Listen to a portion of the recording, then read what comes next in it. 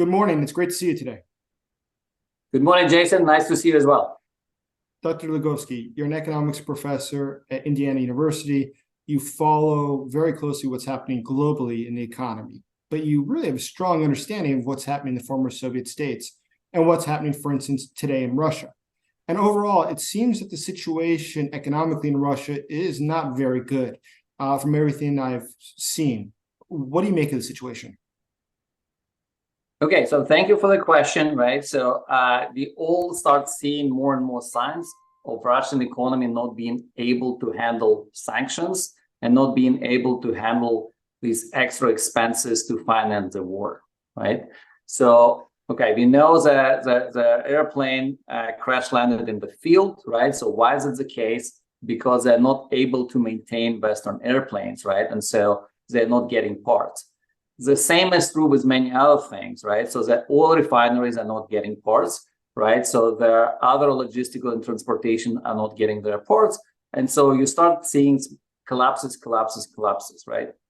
Plus, they greatly restricted the number of buyers of their energy.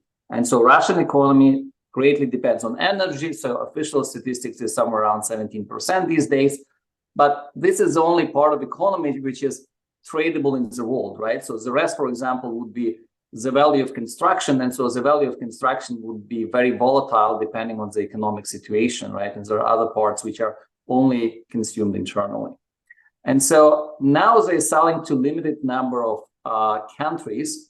And now these countries are buying oil, refining oil, producing fuel, and they're making money off Russian oil. Plus, they're buying Russian oil at discount. So now it's supposedly up to close to 30%. And Russian gas sold to China is being evaluated now will be sold at discount of 50%, right? So even if they're selling these great volumes, their profitability per unit is much smaller. And so the amount of money which they can use for their budget for financing the war is becoming smaller and smaller, right? Why are they forced to sell at a discount, though? What causes that?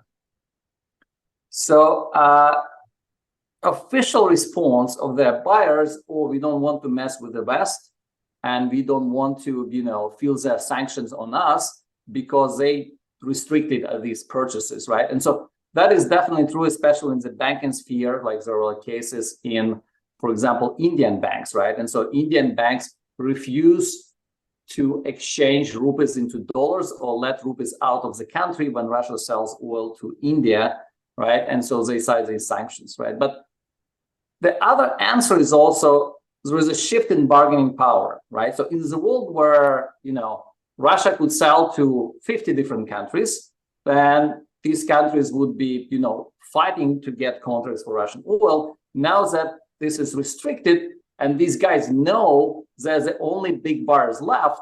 Now they can always blame sanctions, but they do feel that they have more bargaining power, and that's why they're exercising it.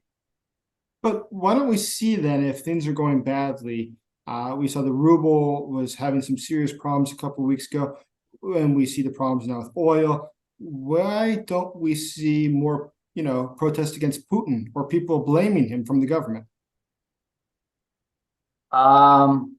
So Russia built this very effective system of oppression.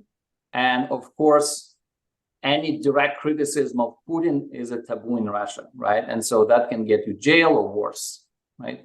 So people are allowed to criticize maybe something else, right? So now, for example, we see these fuel shortages in Russia and fuel price spikes, right? And again, Russia is like one of the largest exporters of oil, and then within country we have these shortages, right? So that's kind of strange. And so that's a bit reminding this whole Soviet Union thing where you would be exporting grain where people inside of your country would be starving, right? So Russia has decreased subsidies to oil refineries by half, and it's not such a big amount. It's something like maybe $5, $6, $7 billion per year. So it's definitely something which normally Russia would be able to sustain. And the fact that they do that, and of course you can predict these fuel shortages and price spikes, and that is something which Russians are actually allowed to criticize. we've seen in the past these massive protests against fuel spikes, and now you see the same thing, right? So they're criticizing local leaders, right? Or they're criticizing somebody who is responsible for oil supply. And the way it works, the system, then they kind of play this game of quasi-democracy that people criticize, and then Putin comes from the sky and also criticizes the same guys and tells them, oh, that's what you should do to help people. And so that's kind of the system works, right? But so in a way, it also shows the problems, because normally, and especially now that Putin cares about public opinion before elections, which will be about half a year from now, right? So normally they would maintain prices low. And so now they cannot maintain prices low, they cannot provide enough fuel. That's a sign of weakness. So, I mean, overall, though, you would say that there's not a lot to be optimistic for Russia at this point. Things are getting worse. Is the Russian economy, let's say, mortally ill? Is it that sick? How bad is it? So Russia still maintains a set of highly skilled professionals in different areas. So central bank, for example, is one of them, right? And so that what still allows Russia to kind of function. They find counter patches to cover the leaks, right? But even that is kind of like, those possibilities are not infinite, right? So if you have systematic, if you have fundamental troubles, right? So even highly educated, highly skilled managers would not be able to cover that. And the problem, of course, that many fundamental decisions are not based on economic rationale, are not based on the rationale of, welfare of the country, but are based on this, agenda and vision of Putin and his surrounding. And many of those decisions do harm the economy, because these guys, luckily for us, do not understand many times how economy works. So Vladimir Putin, right after the invasion, I think it was 1 or 2 days after, made a statement, and he said that the Russians were going to respond to sanctions through a number of domestic policy programs, increasing pensions, building homes, paying workers more, hiring more people to the government budget. And sure enough, the unemployment rate now in Russia is very low. Now, what's going to be the effect for the Russian economy that they are printing so many rubles to finance these massive government programs? So that's kind of something which may help you for some period of time, right?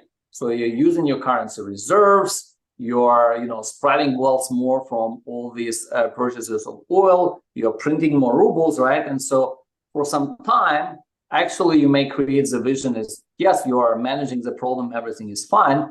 But what happens is that you're taking money from somewhere where they don't exist, right? So you're taking them from your previous savings and from your future savings, right? And you're spending them now, and then you can do it only so long, right? And it seems that based on they cannot maintain domestic fuel prices, domestic fuel supply.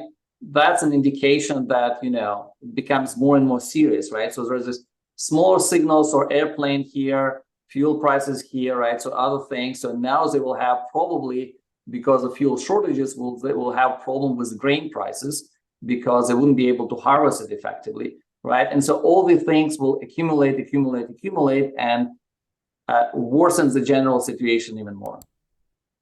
Fantastic. Professor, I appreciate your time today. It was nice talking to you, Jason. Thank you.